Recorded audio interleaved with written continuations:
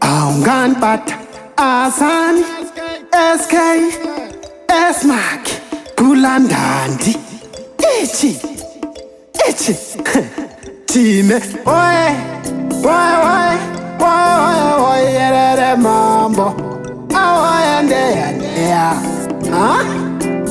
Ere kuunguta Andira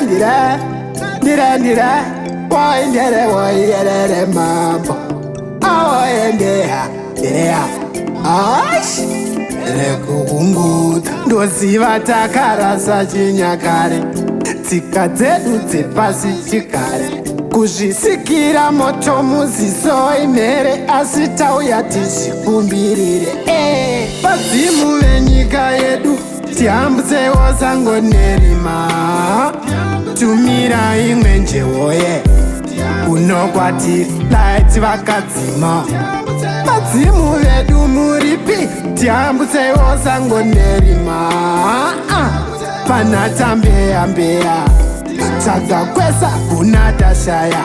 tihambutsewo dasekuru kagoi tosaya makamba tongogara baba nyongolo nkabukonkomo vana kunotapedza makomo kana vamugabe vakazorara ndokusiya vana tingori nenzara garwe vari pari kurumaruma todibhunu muvengi wenyika zvino denga richina mvura iri asi makati todya zvekurima tatekeshera nenyika dzevaridzi isu tiri kurarama nzima tauya kamadzekuru nemadzitateguru zvaiwo kuchema kwedu zukuru tapeta usodira fodya kahari kamasesetori zvedzashoko nyika iri kuchema oye yerere mambo aoye ndeya ere kuunguta ndira woindere woyerere mambo aoye ndeya ere kuunguta toziva takarasa chinyakare tsika dzedu dzepasi chigare kuzvisikira moto muziso imhere asi tauya tizvikumbirire pamuri kamasvikiro enyika imizve vana chaminuka hatikangane yebheti chitepo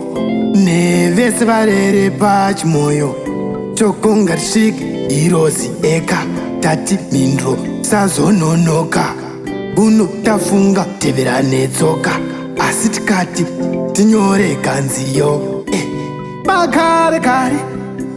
kare kunotasuwa chinyakare dzairohwa hosho nembira vanhu vairarira pabira kare kunotasuwa chinyakare dzairohwa hosho nembira vairara pabira